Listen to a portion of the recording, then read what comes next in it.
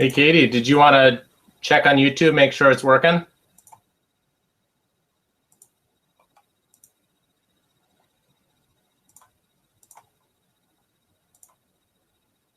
Check on YouTube, make sure it's working.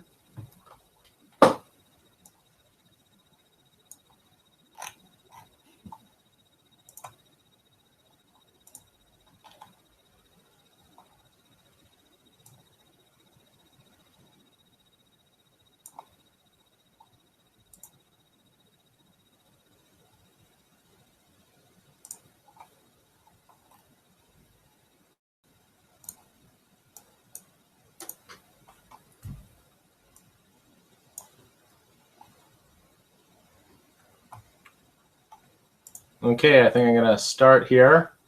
I was just been working on my CAD model that I've been wanting to cut out. So I'll do a screen share here. There we are. So this is the I drew up yesterday, and I wanted an X style quad and something that was pretty durable. So this will all be out of 4mm carbon fiber, and it's a unibody design. It's very simple. I mean, it's the 4 arms and then the area for the flight controller. If you look at for this one, I'm trying out Onshape, which is a sort of free CAD program that's available online. So it seems to work pretty good. It does have like a limit to the size of your file and whatnot, and there's ways to get around that. But I also use the Adobe Fusion 360, which is free. So basically what I did here is started with some arms and the whole pattern. So all these little numbers on here are just setting up the dimensions of the whole pattern, mirrored the design, and then drew out the rest of the arm, and then mirrored that around here and drew the body to connect it. So it's a very, very symmetrical design. For the hole spacing, this is the 30.5mm spacing here. I've been playing with mounting the camera at yaw 45. So that's what these other set of holes are, right here and here and here and here. I left it open to do both options, which the traditional way and yaw 45. And then I have a separate, very simple camera mount that pretty much just goes on standoffs and the camera mounts to it. So I don't even have that in the design here. Let's see. This inner circle here, that's the 5-inch props. Making sure that can clear everything. And then I gave a little bit of clearance with this outer circle. And one nice thing about this is this design is all parametric. So you can adjust a parameter, and since everything's kind of hooked to each other, if I did it right, I should be able to say I wanted a little more spacing on here, so I changed this to 150mm. And it'll think away. It adjusts these outside circles, and since they're all hooked together, mirrored, it changed the length of the arm. This inner circle, which is kind of representing the prop, is still the same. But the arm length length changed, and I could tell I didn't set this circle here right to be parametric like it should. But one easy way to fix that is I'm setting a distance here, and let's say that this is going to be 10mm away. Actually, I don't like the look of that, so I'm gonna pick 12. That looks a little better. And since I have that mirrored all up here, that all works. I can also, I mean, you can put very large numbers in there and you can see it chunking away down in the bottom, and it drew it out larger. Let's say I wanted to do 6-inch props. Just, you can see that, oh, the 6-inch could easily clear that. So we'll go back to 5-inch props. I'm doing all this in millimeters, but you can type inches in here and it'll take that. We'll go back to, I think I had 135. It's chunking away. And that's pretty much my design. Couple holes here. Threw in a sort of bumper here to protect the motor a little better. I've had a couple times where I've dented up the motor, so I wanted to protect that. And then the holes are just, you're dropping a little weight. And if you want it, if you're throwing it on the back of a backpack, you could tie it through those holes. The width of the arms, I have it at 20 millimeters right now. That seems a good size. The since it's 4 millimeters, that should be plenty strong. I think the Shrike arms are even smaller than this. So this, I wanted to make sure I made a nice strong frame. Since it's going to be a unibody frame, I don't want to break an arm and have to cut out a whole new sheet. And here I'll show. Stop screen sharing. Here I'll show. This is the sheet of carbon I bought, and this is just found it on eBay. It looks like a decent sheet. A lot of the stuff I've been cutting with, I've just been small sheets on eBay. And then if I really like the design, like with my snowflake quad, I don't have it up here right now. Then I've had it cut at the Armington Productions, and they have great carbon, and it looks awesome. Going back to the screen here. Screen share, and there we are. So what I do from here is I'm going to say this is looking good, like how I want it. I'm going to jump out of this sketch mode, and I think right click, and you can export as a DXF. Let's see.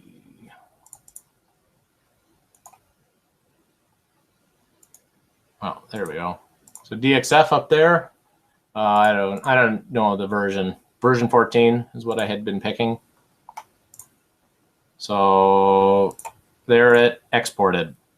So the next step I'll do is I have a CAM program, which is what lays out the toolpaths.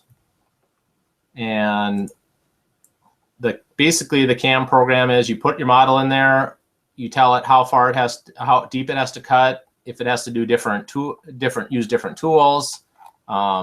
This is a pretty simple design, so there's not a lot of tool changes or anything like that. This right here is just a previous version I had. So I'm going to import this in here because this isn't really identical. Okay, so there, I brought it in. I'm going to shut off these tool paths for a second. So there's basically the model. See the lines. And I had already set this red area to be the size of my carbon, and it's good. You don't need it on there, but it's good to be able to lay stuff out the way you want it. basically I'm gonna put it in the corner, and I am going to route. I'm going to use a 2mm bit, and the only reason I do that is I threw these little 2mm sections in here to allow, if I wanted to throw in a one of those, a smaller motor like a 1806 or something like that. A lot of those use 12 or use 2mm spacing at 12, and but for most of the other motors, I'll be using the big spacing. But I'll use the 2mm bit to pretty much cut out everything and drill the holes and whatnot. So what I did is, zoom out. So I'm doing an outside offset. So basically I'm cutting, it'll cut around the outside of all this model, and technically these holes in here are also the outside of the model, so it's going to cut in them. And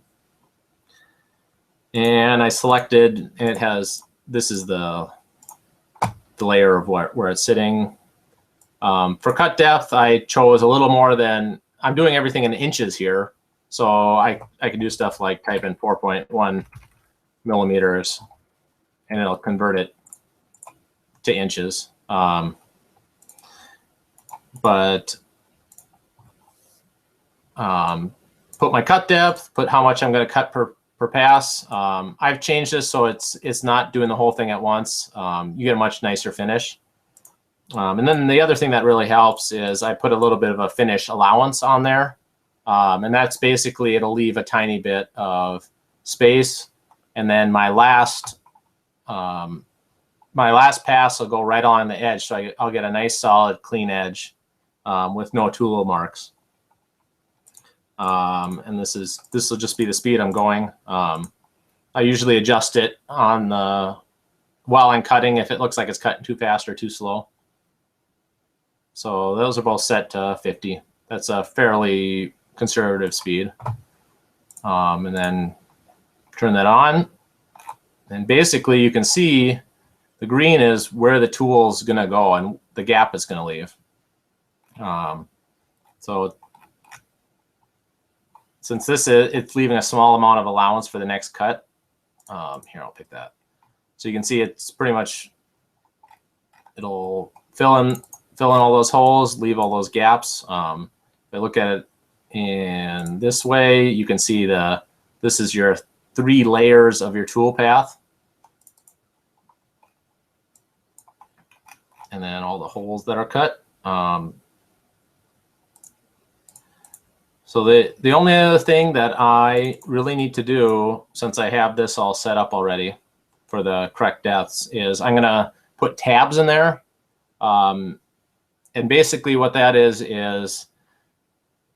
instead of cutting the material away and then the router pushing it around and potentially hitting it and whatnot, or the vacuum sucking it up, I add little tabs in here. So I have to come at it with a tool to remove those afterwards.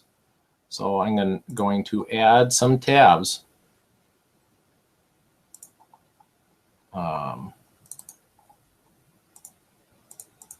Okay, holding tabs, and you could set the size of what your holding tabs are and whatnot, or have it auto tab, but I won't do that.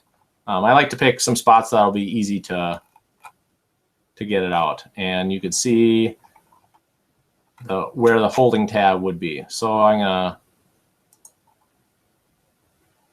throw a couple all in the center here.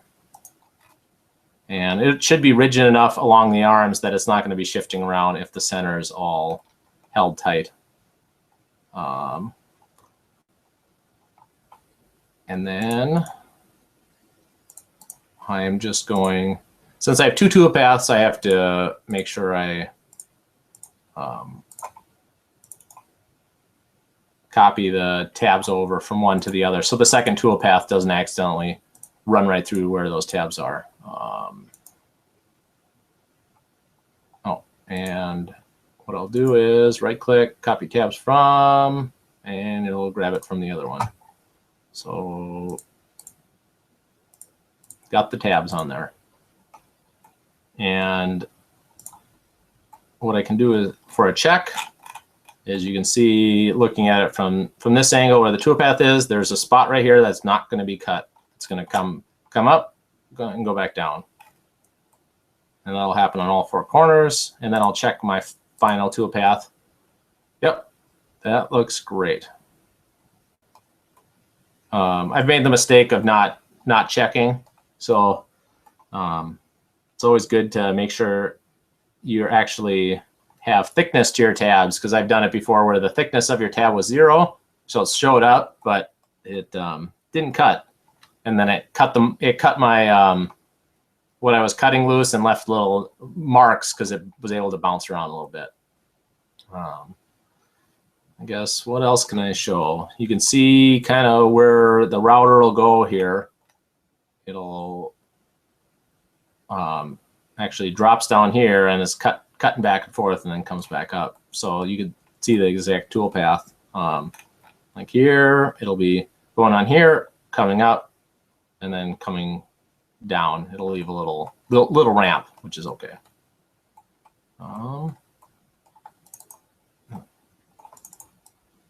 And I think we're good on that. Just double checking over everything. You can see on these lines, that's actually the path it's going to follow. So it'll cut out this inside one first, go around to all these holes, cut out this. I probably shouldn't leave this open because I'll end up having a loose piece in there. But the vacuum actually should be able to handle a piece that big when it gets sucked up. So I'm just going to leave that. Oh, and I forgot to look at questions. Yeah, I see Andrew had posted a question on here. The CAM software isn't in browser. That's a Windows program or Linux or maybe Mac. So that's a standalone program. The onshape, that's onshape, that's here, I'll type it in as well.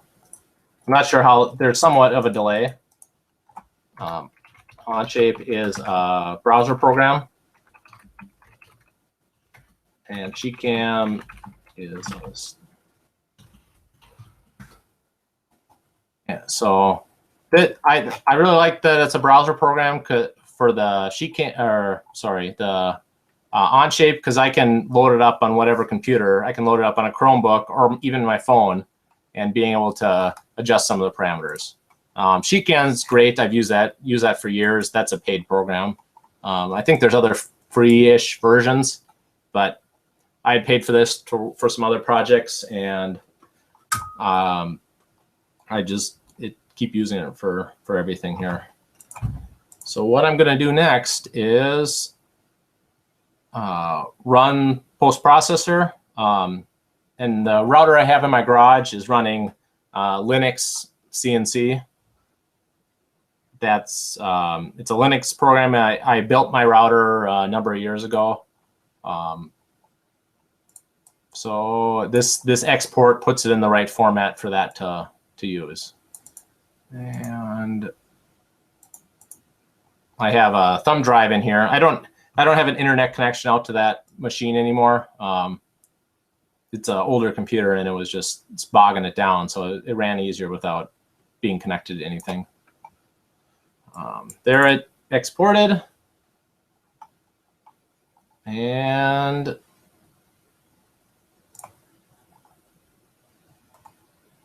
let me double check that it's on there. Oh, I'm going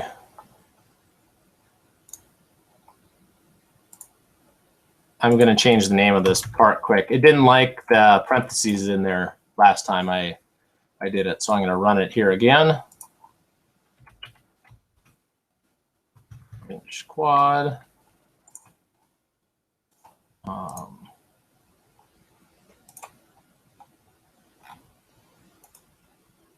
then I'm just gonna open it up and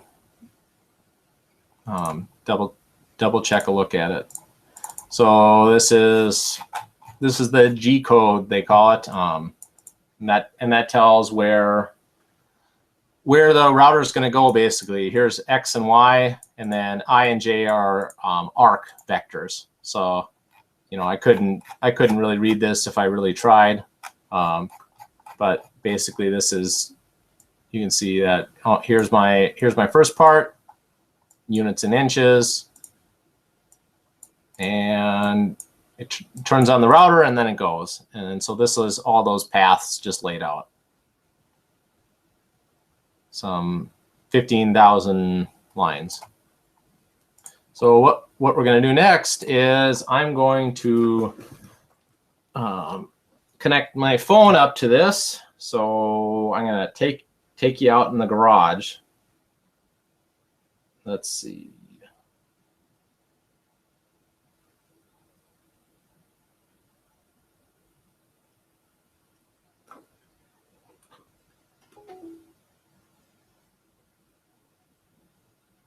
So I'm using Google. Oh, it's echo. There we go. I'll shut that off for a second.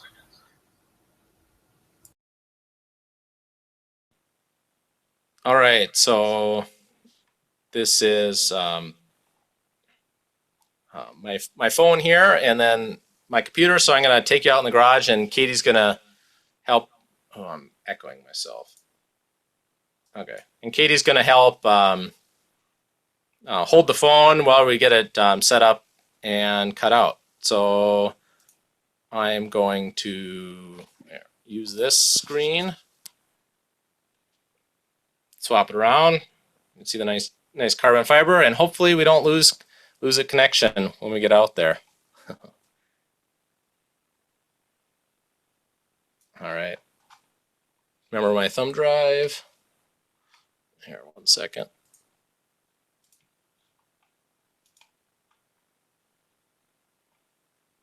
So eject my thumb drive, pull it out, and we're gonna take my carbon and my caliper. That always comes in handy. And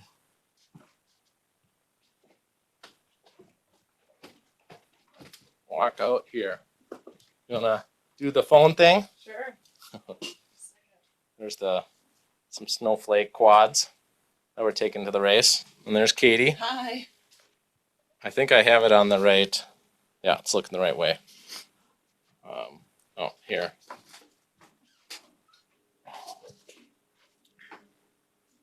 I don't know why it does that, but How many viewers? I don't know. Yeah. 200. Yeah, here's the phone. Okay. Am I covering it? No. Okay. It doesn't show a screen on there. Oh, really? So I don't know if I'm pointing at the right thing exactly. No. Okay. Well, hopefully I get it right. Here's some hearing protection for Katie. You don't have to put it on yet, but okay. So got to wear that when we're cutting. Should probably have a respirator on for cutting the carbon fiber, but I have a pretty good vacuum. Just like that. Hold up, pointing at the table. You can see here's a couple other things I've cut out.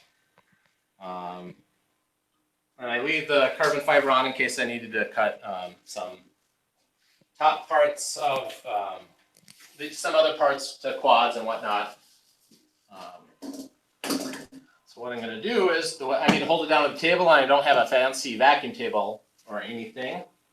So basically, I screw it down to the table, and to do that, I'll take my drill.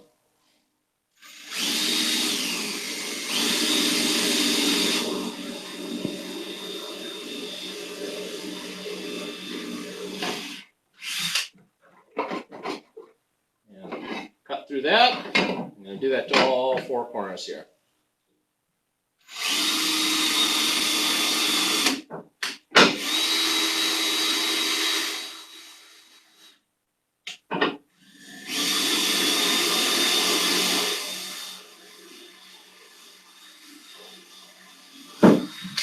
stuff's pretty strong. Yeah, this is. I guess that's what it's known for, right? Yeah. This is particularly thick. And this bit is a little dull, I think, too.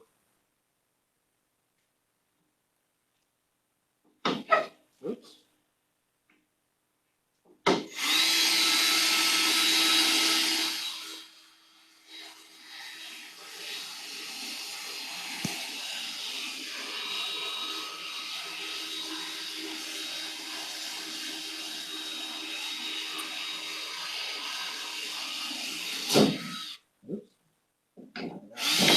Oop, I accidentally did a bad job in that hole, but that'll hold and it's out of, or I'm not cutting. Salsa, you shouldn't be in here.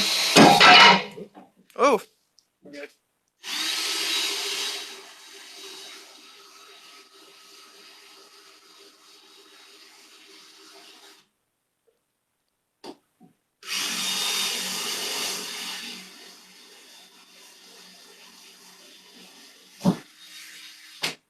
Should I put salsa out really quick? Yeah, I'll get her. Okay. Our cat just crawled in here, so it's gonna. She's not supposed to be in here.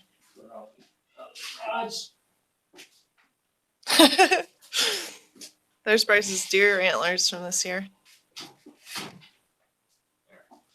And I don't have the microphone muted here, right? Oh no, I don't. So I don't have any way to if people are asking questions, any way to answer right now, but I'll look at it when we get back in the house. All right. So basically just screwing it down to the table. Just making sure I don't have any other things that are lifting it up in any spots.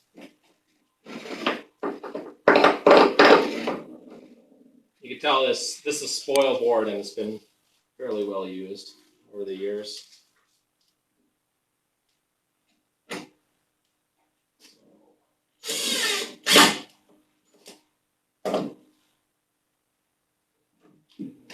Some other screws.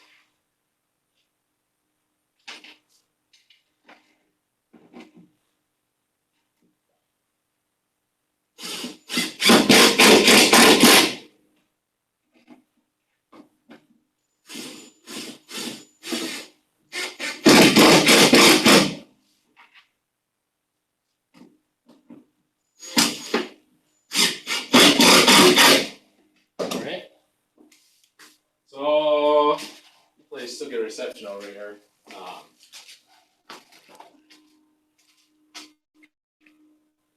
The program I use is Linux CNC. I think I mentioned that. Starting her up. Oh, did I forget my thumb drive? Oh, I'll grab it. Well, I must have set my thumb drive down somewhere. It's not the green one right there, is it? No. Oh, shoot. Oh, it's in the computer already. All right.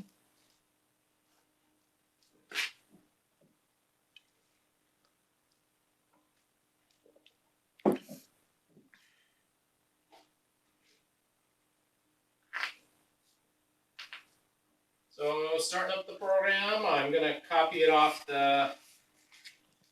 Should I come over there? Sure. I hope I've got you in the frame. I think I do. So I'm copying over the file just onto the hard drive wherever.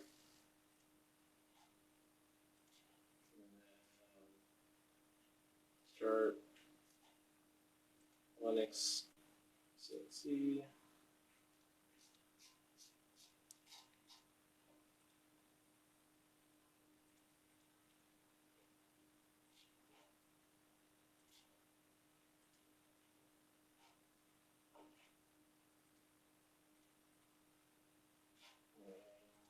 So it's starting up here. Sometimes I need to reboot this computer. So rebooting the computer. while it's doing that, I mean, you can see here some of the other. This was a 4-inch quad frame. Here was a 3-inch one that I'd cut out, and then these ones were for my snowflake quad, which is my one that should be waterproof. And then occasionally I'll cut them out on wood just to make sure everything's working. And probably not a bad idea to do that today, but all right.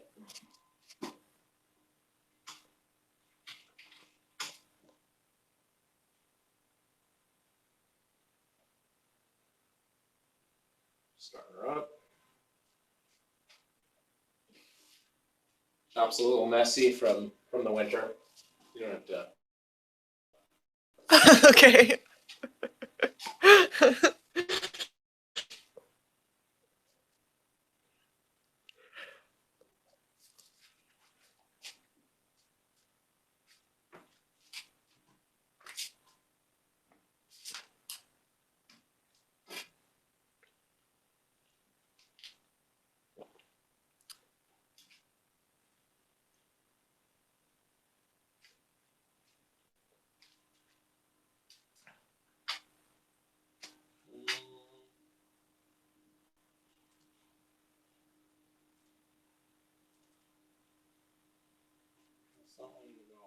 So I guess that might be the end of this live stream. Oh no! I had issues with this. I left this computer out all winter, and it was doing some error checking stuff, like sectors of the hard drive weren't looking good. I'll start from command prompt.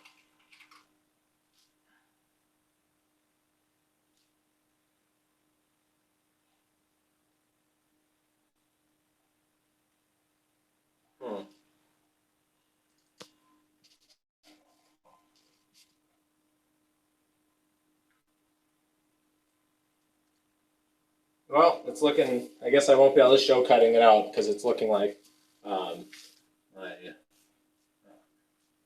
CNC program suffered some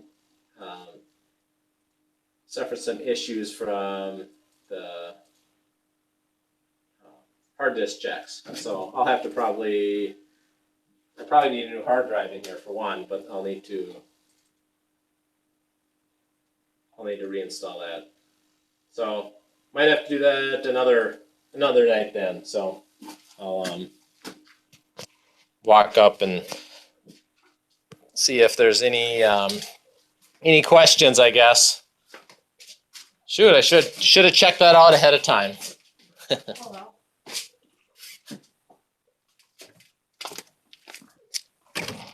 Cat cam.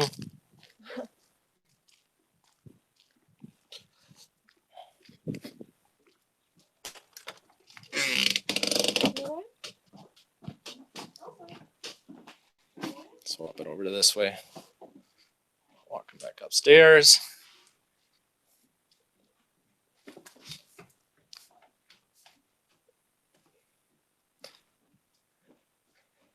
Okay.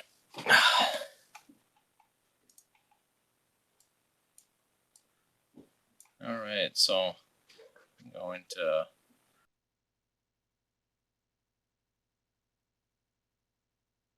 turn this camera back out on. Shut that off.